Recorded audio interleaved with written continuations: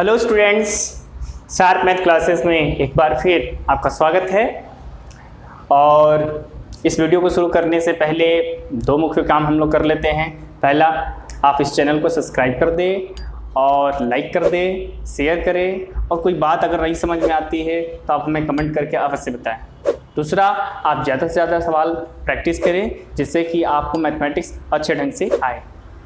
आइए आज का वीडियो हम शुरुआत करते हैं। जैसा कि हम class 10th mathematics chapter first real number के बारे में चर्चा कर रहे थे और उसमें हम लोग दूसरी प्रॉपर्टी यानी पॉजिटिव इंटीजर्स की दूसरी महत्वपूर्ण property fundamental theorem of arithmetic पढ़ रहे थे।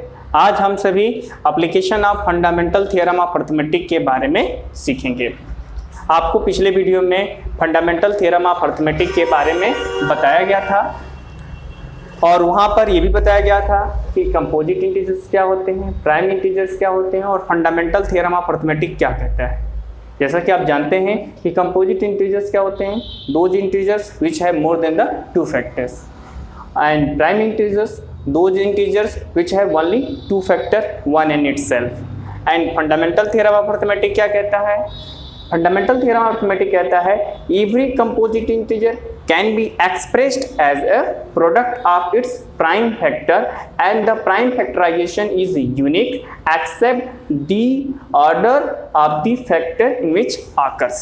ओके, तो ये हम लोग पिछले वीडियो में अच्छी तरह से सीख चुके हैं। आज हम सभी इसका फंडामेंटल थ्योरम ऑफ अर्थमेटिक का क्या क्या उपयोगिता है तो उसके बारे में सीखेंगे। जैसा कि आप सभी को पहले ही वीडियो में बताया गया था कि फंडामेंटल थ्योरम ऑफ अर्थमेटिक के क्या क्या उपयोग क्लास 10th में हम लोग को सीखने हैं, जिसमें सबसे पहला है इसका उपयोग prime factorisation of the positive integer, यानी किसी भी दिए गए कंपोजिट इंटीजर्स के किसी भी दिए गए कंपोजिट इंटीजर्स को हम लोग प्राइम फैक्टराइजेशन करने में इसका उपयोग करते हैं, जैसा का इसका स्टेटमेंट ही है। तो सबसे पहले ये है प्रश्न उठता है कि प्राइम फैक्टराइजेशन क्या होता है, what is the prime factorisation. अगर प्राइम फैक्टराइजेशन को हम लोग समझे बड़े आराम से तो बहुत ही आसान है ये।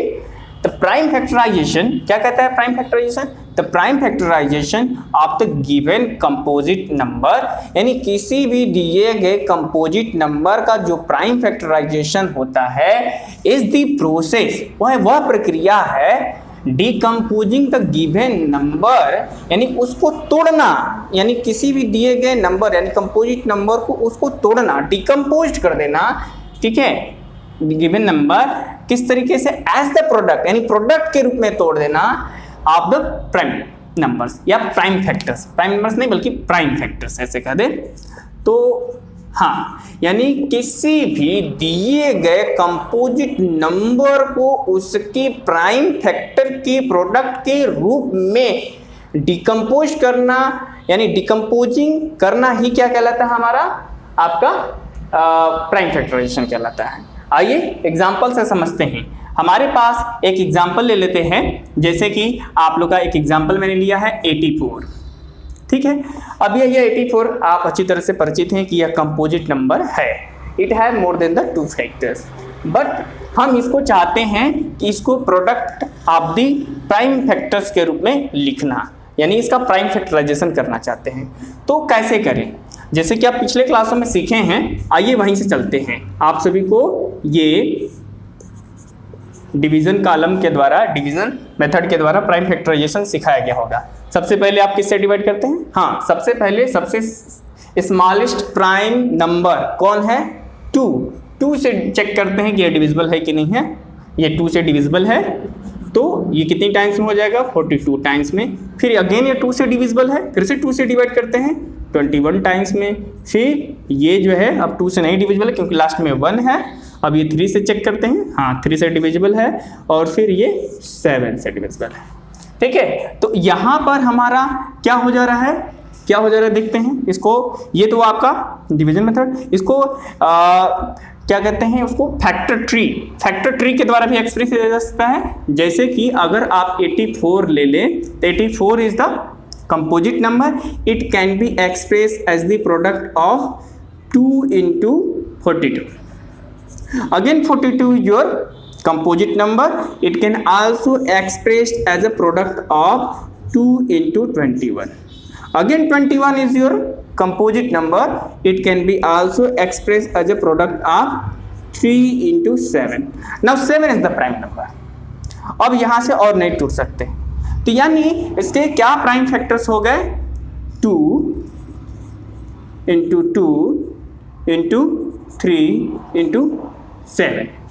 आपने देखा कि ये किसी भी कंपोजिट नंबर को मैंने क्या किया है, इसको एक्सप्रेस कर दिया है product of the prime factors, और ये हमने कंपोजिट नंबर को, यानी the process of the decomposing of any given composite number into product of its prime factor is called its prime factorisation. आइए कुछ और एग्जांपल से समझते हैं। आइए देखते हैं एक problem. Express each the number as the product of its prime factors, यानी हमको ये कहा गया है कि जो नंबर्स आपको दिया गया है उसको इसके प्राइम फैक्टर्स के प्रोडक्ट के रूप में एक्सप्रेस कीजिए, अर्थात इसका हमको प्राइम फैक्टराइजेशन कैलकुलेट करना है। तो आइए लेते हैं, पहला प्रॉब्लम लेते हैं 140। अब आइए चेक करते हैं। सबसे पहला हमारा प्राइम फैक्टर्स होता है 2। क्या इसका 2 प्राइम फैक्टर है? हाँ, ये देखिए 2 से डिविजिबल है, तो ये डिवीजन कॉलम बना लेते हैं। सबसे पहला प्राइम फैक्टर से 2 से डिवाइड किया, goes 17 times, again it divisible by 2, goes 35 times. Okay, now it is divisible by 5, goes 7 times, now it goes by 7 1 times. Okay, तो अब इसको कैसे लिख सकते हैं? इसका फैक्टर ट्री भी बना सकते हैं। देखते हैं फैक्टर ट्री इसका। 140 is the composite integer which can be expressed as the 2 into 70. Again 70 is the composite integer which can be expressed as the 2 into 35. Again 35 is the composite integer, it can be expressed as the 5 into 7. Now 7 is not a composite integer, it is the prime. Okay, so 40 has been expressed as the 2 into 2 into 5 into 7. 2 into 2 into 5 into 7. Okay, तो इसके कैसे लिख सकते हैं? 2 into 2 into 5 into 7. Yes, आपने 140 को ये सभी के सभी इसके प्राइम नंबर्स हैं और इसके फैक्टर्स भी हैं और उसके फैक्टर्स के प्राइम फैक्टर्स रूप में एक्सप्रेस कर दिया। यस, इसका प्राइम फैक्टराइजेशन हो गया। आइए एक और प्रॉब्लम लेते हैं। अब हमारा एक प्रॉब्लम ये है 5005। This is my problem. Okay, आइए चेक करते हैं।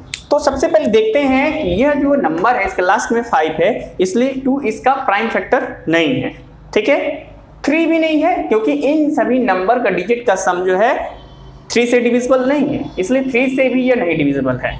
तो अब अगला प्राइम कौन है? 5 इसके लास्ट में 5 है, इसलिए 5 से डिविजिबल है। आइए देखते हैं। हमने लिया है 5005।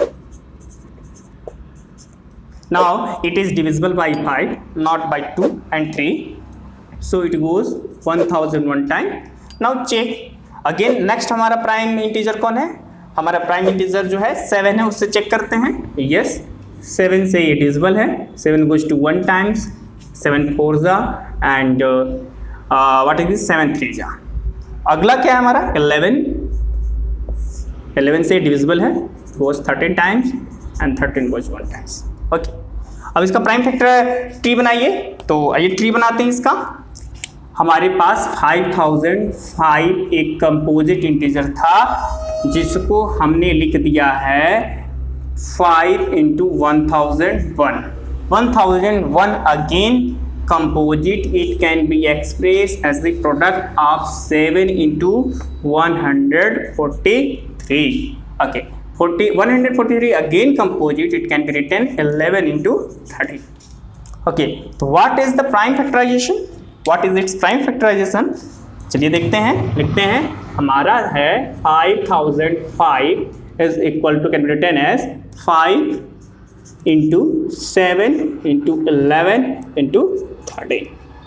Yes, आपने देखा इसको इसके प्राइम फैक्टर के प्रोडक्ट के रूप में एक्सप्रेस कर दिया। हाँ, इसका प्राइम फैक्टराइजेशन हो गया।